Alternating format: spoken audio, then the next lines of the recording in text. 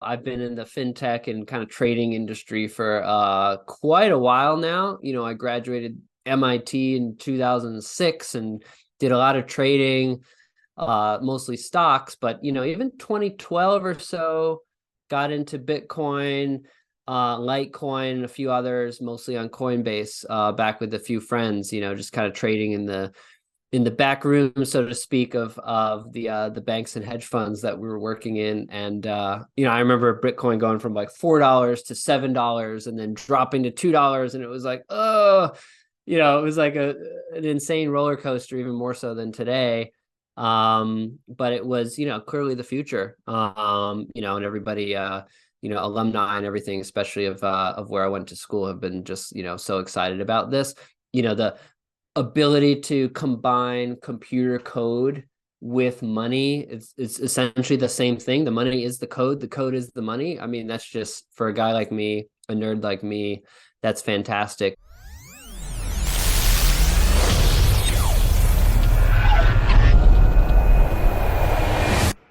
What's good, crypto fam? JV back with a very special episode. I got Chris in the building, who is the CEO and founder of Spritz Finance. How's it going, fam? I'm good. Hope your viewers are all doing good. I hope you're doing good too, JV. Much appreciated. I'm actually broadcasting from Puerto Rico today. Where are you broadcasting from? All right. Yeah, Connecticut, it's stormy, rainy, a little bit crappy out there, but it's all good. East Coast, I guess. Right on. Shout out to the East Coast. Mhm. Well, let's start this baby off. Why don't you give a little background of, what you do and how you discovered Spritz, and we'll, dive deeper.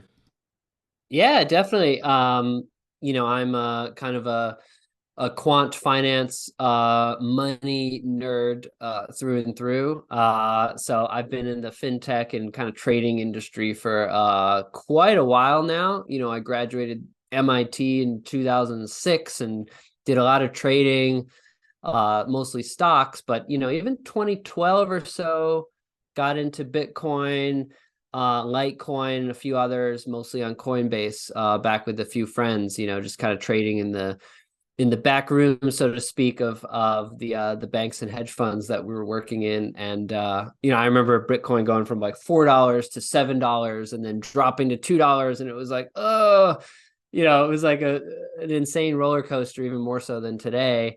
But it was, clearly the future. And everybody, alumni and everything, especially of where I went to school, have been just, so excited about this.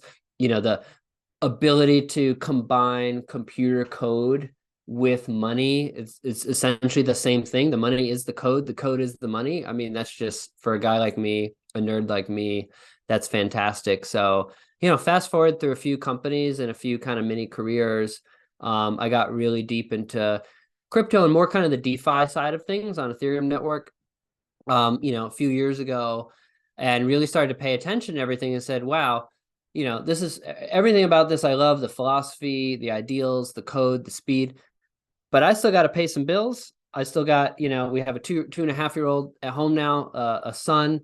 So we've got, nanny bills, we got rent, the expenses are going up. And at least back then, right, the Bitcoin price, everything's going up, but how do I have an impact on my real life, with that, besides just kind of looking at a number on a screen? How do we connect that? And it was a pain, and still is, to move from those assets, especially if you're in DeFi or anything like that, right? To move out, then to an exchange, then, I don't know, to a bank. So many problems, chances for errors.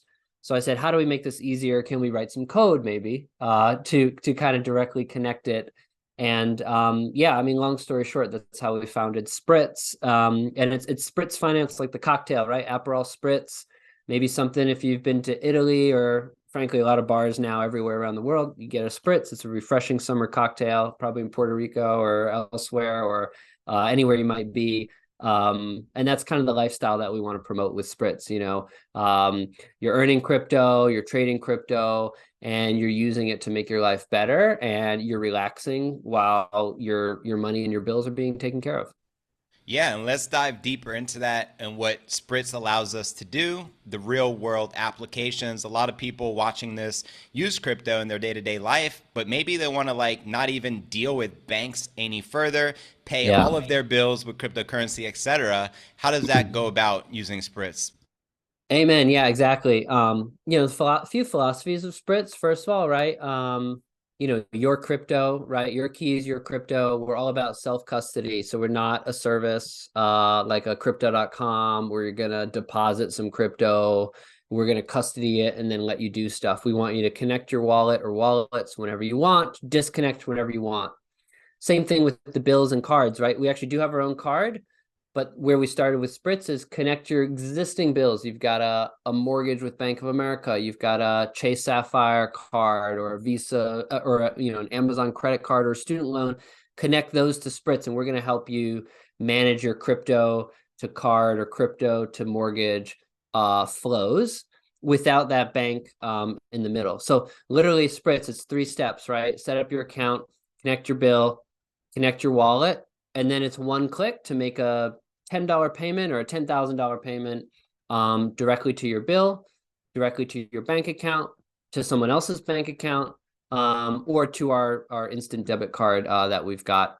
And that goes actually so today we support mostly Ethereum based chains. That's kind of how we launched on Polygon, but we're really just ultra excited. We're working on some of the UTXO networks, and Bitcoin is number one. So in just 2 weeks' time, so about May 15th, we're going to be launching native support for Bitcoin on the Bitcoin network. Game changer. So this will ultimately allow you to remove the middleman, hence the Oh, bank, yeah. from your transactions, so you can literally live off of Bitcoin if you choose to do so. Is that accurate? Totally right. Look, if and by the way, we're open to U.S. residents today. You don't have to be a citizen. You don't have to be actually living, but you need a U.S. address, right, to pass the KYC. And we are supporting bills that are in the U.S. So that's why I mentioned Bank of America mortgage, credit cards.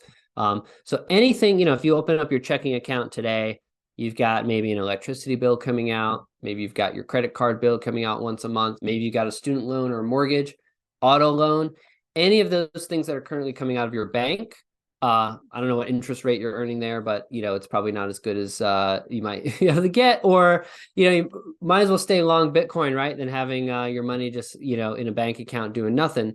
So you can basically take all of those expenses, add them to the Spritz platform, and then all you need is some Bitcoin, some Ethereum, whatever, literally any token on these networks. We will accept one click to make a payment directly to all those bills and expenses. Phenomenal, right up my alley. And more than half my audience is in the United States, so that's definitely a good thing for them to take advantage of.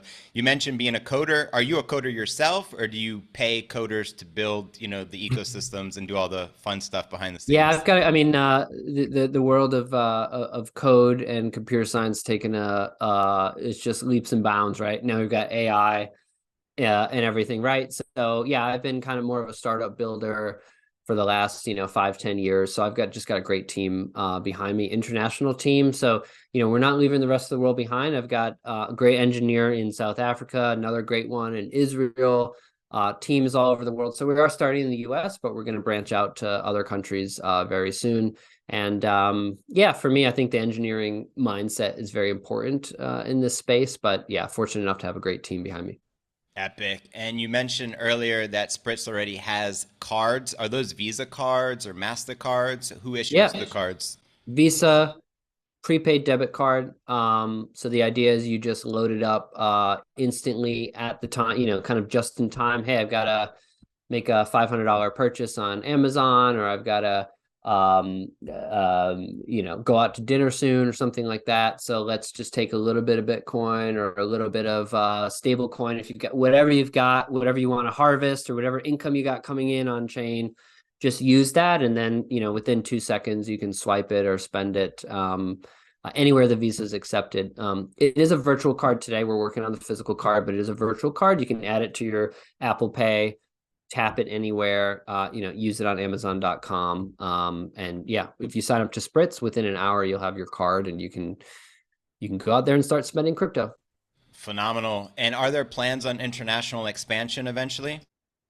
Yeah, I think by the end of the year is what I'm telling people for other countries. We've got people, I'm sure your viewers too, JB, knocking down on our door saying, when Australia, when UK, when whatever, Venezuela, right? And I want to be everywhere. We want to be any token, any network, any bill, anywhere. That's our vision at Spritz. So we'll get there. But yeah, I think it's going to be a few more months till we do that. We're polishing up the app now. The mobile app's coming out. Bitcoin support and actually some other assets in the next couple of weeks. So let's get all that right, and then let's go bring this to the rest of the world. Love it, because obviously we need to bank the unbanked. Yeah, Hyperinflation, currency debasement, all these shenanigans are happening in real time right now. So I know this is going to be an absolute game changer. What's the latest that you're most looking forward to with the development of Spritz? Is it introducing Bitcoin to the network here in a couple of weeks, or anything behind the scenes you would like to share? yeah. I mean, that's actually number one, to be honest, and that's why Bitcoin, why now? I mean, simply this is what people have been asking us the most for, what people are most excited about. The price action is great. Everyone's bullish. So, I think it's just a wonderful time to launch, maybe better late than never. So hopefully, your community will forgive us for not launching with Bitcoin on day one, but, you got to start somewhere. So super duper excited about Bitcoin. And then we've just got a bunch of other bells and whistles in the app. We've got a business product coming out too. A lot of our customers and users are regular people, just kind of $10 here, $100 there. A lot of people though are creators, are miners, are kind of really earning professionally in Bitcoin or somehow in crypto. And so we're launching a business product for them, which kind of raises the limits and just allows them to keep everything segregated for business. So if you've got a business out there and you're dealing with crypto, you need to off ramp. Maybe it's a real estate business or something. Take a look at us as a solution. Awesome. And I have a question. Are there two separate accounts for personal and business, or would it all Yeah. be within the same? Yeah, exactly. Two separate logins. Add your corporate credit card to one and be able to pay it in your corporate bank account. Add your personal stuff to the other. So it's really, it's convenient for reporting purposes and just kind of keep things separate today. Awesome. And let's discuss some crypto if that's cool with you. You're an Yeah, early adopter. You got started probably way earlier than anyone watching this back in 2012. maybe. Yeah. What was your first instinct to get started in crypto? Like, who introduced it to you, and what was the reason you got involved? Yeah, I think it was my nerdy friends in Quant Finance, who are basically a bunch of people writing code to make money, frankly, right? For themselves and for the funds we were working for. And I think a lot of people maybe are sort of say that it's a negative that the price can move around, right? For Bitcoin, for other crypto assets. But I think frankly it's something that attracts a lot of people to the space, the opportunity to get in early, support the product, buy the asset, have a little fun, have some ups and downs, but that actually attracts the capital and then, attracts a lot of talent and people to come. So, I mean, I think it's been a great thing. I think it was almost too much to stomach back then, but kind of, really prepared me for a lot of these, summers and winters, so to speak, of crypto, which have followed, kind of unsurprisingly.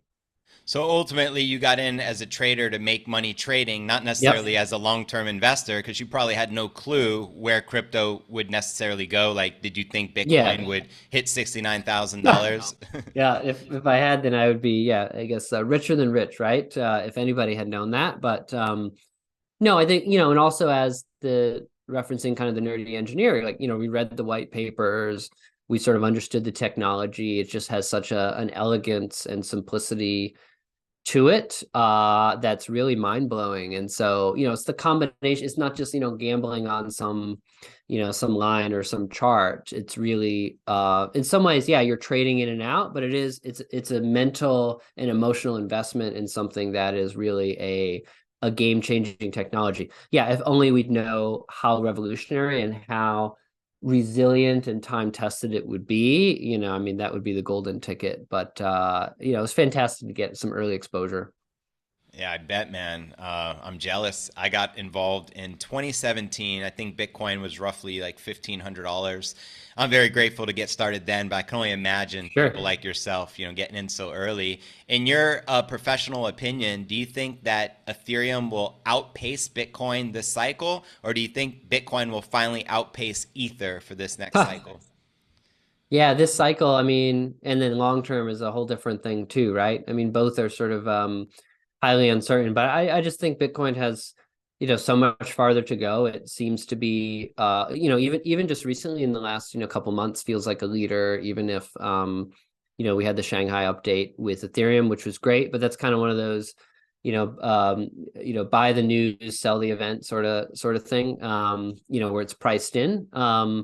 So I think as, there's just so much an avalanche of institutional capital ready to come into the space. And I think Bitcoin is still the obvious number one for that capital to come into, or even just the retail side, right? So anyone coming in new to crypto, as long as Bitcoin is tip of the tongue and is the number one kind of recognized, really safest asset that you can think of in crypto, it's going to lead. Now, will that flip in the future? Yeah, I think it could, right? Ethereum could be the world computer in 10 years, and that's a very valuable asset. But I think Bitcoin always has a huge role there. So it's not like either or, there's going to be maybe trillions of dollars in one and tens of trillions in the other, and it's a win-win as well. Amen. And what are your thoughts on Balaji, the former Coinbase Yeah. CTO, predicting $1 million by June 17th? Yeah, I don't know. He's actually an investor in Spritz. I don't know him too well personally. I've listened to his long conversation with Lex Friedman. I don't know if you guys listened to that one, the 7 hour epic podcast. I had some driving time a couple months ago and listened to it. Brilliant guy, also, a bit of a trader and, someone, there's always some dynamics. Are you talking up your own book?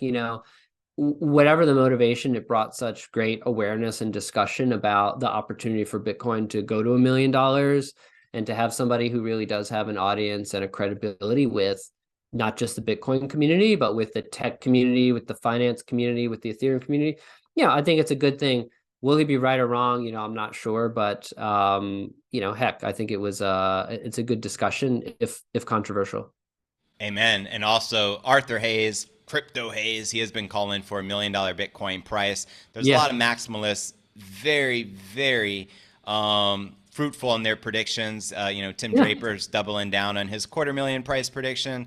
So I think we have exciting times ahead of us. But Yeah. back Sailor. to the DeFi space, what are some of the biggest challenges with regulations and et cetera that you experience firsthand being in DeFi?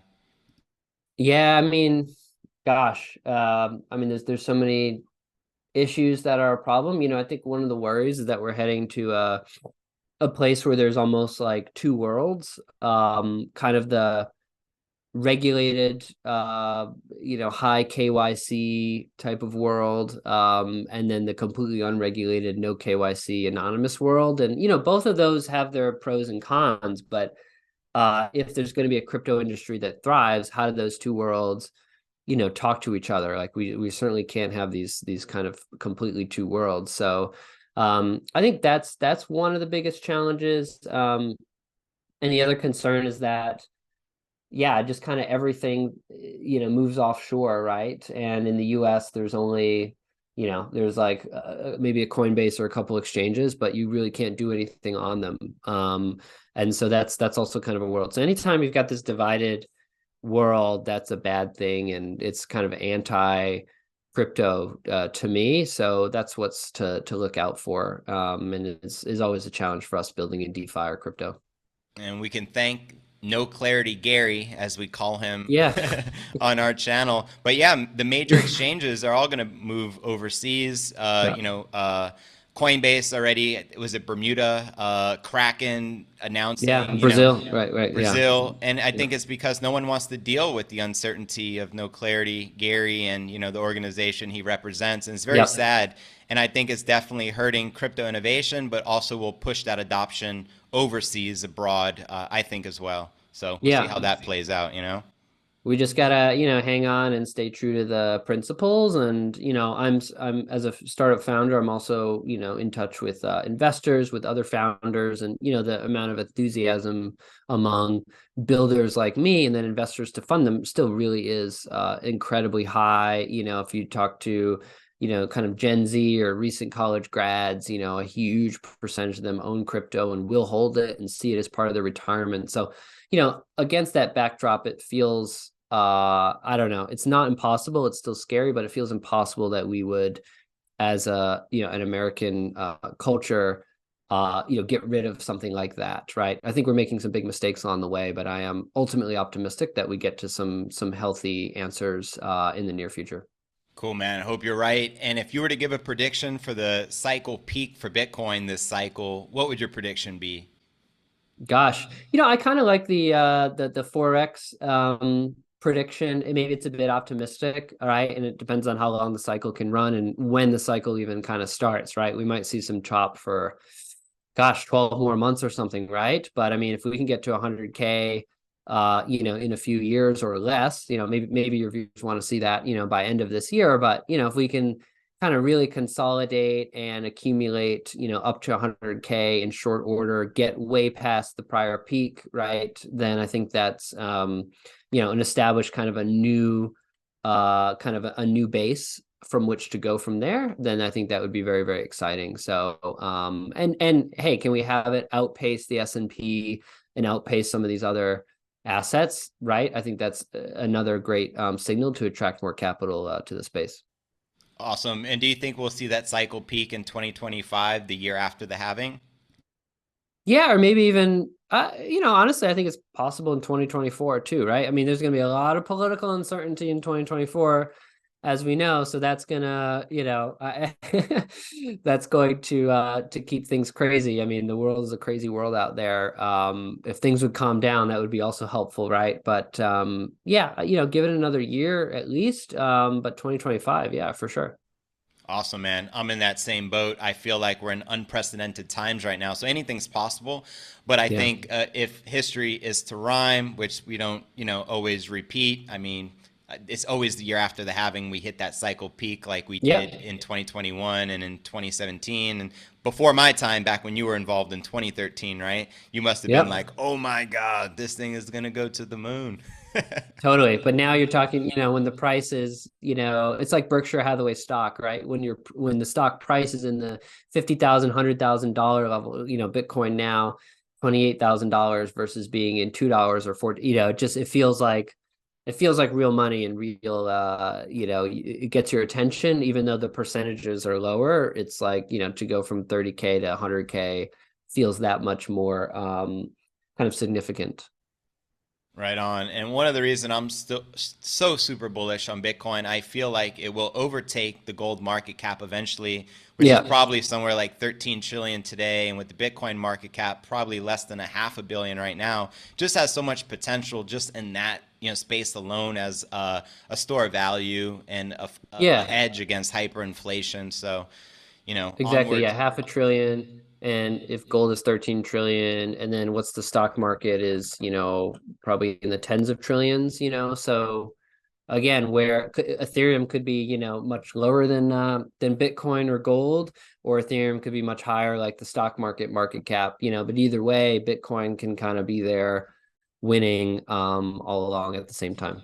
Amen. And in all fairness, though, the total addressable market is probably like $500 trillion. And Ethereum does have the bigger potential to tap into the, wider market because of the wider broad usage. So I do understand that as well. For my audience looking to get started in Spritz Financial today, I'm going to include the link in the show notes Yeah. below the video in the description. What would you suggest they do as soon as they click on that link? And what incentives do we have for them?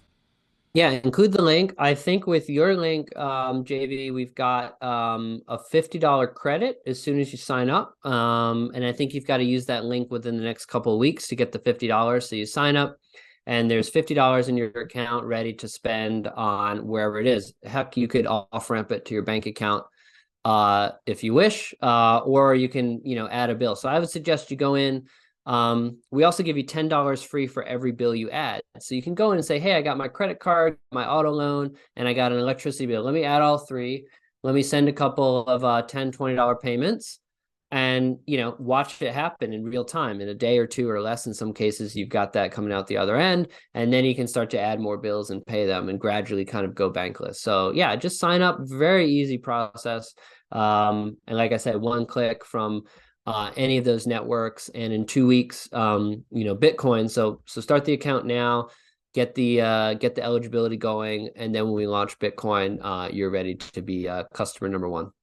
Love it. And I appreciate all the incentives. Truly makes it a no brainer. I'm looking forward to paying all my bills using Yep. Spritz. And I hope you guys watching do the same. Any last words you'd like to add to this or anything I forgot to share? Feel free to, put a bow on it. No, that's it. And you can follow us on Twitter, at Spritz Finance on Twitter, and we're very, very active there across all sorts of, again, we're kind of network agnostic, for better for worse. So we're not aligned with any philosophy or any network.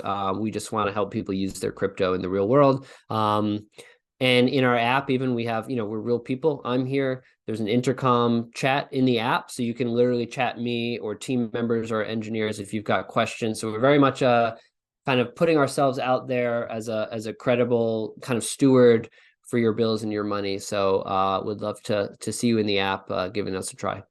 Love it. And they also have a very active social media. I'll include all those links again below the video in the description. I appreciate y'all tuning in. And thank you so much, Chris, for your time. I appreciate it, brother. Yeah, thanks, JV, and thanks everybody. Stay safe out there and good trading. Take care. Peace.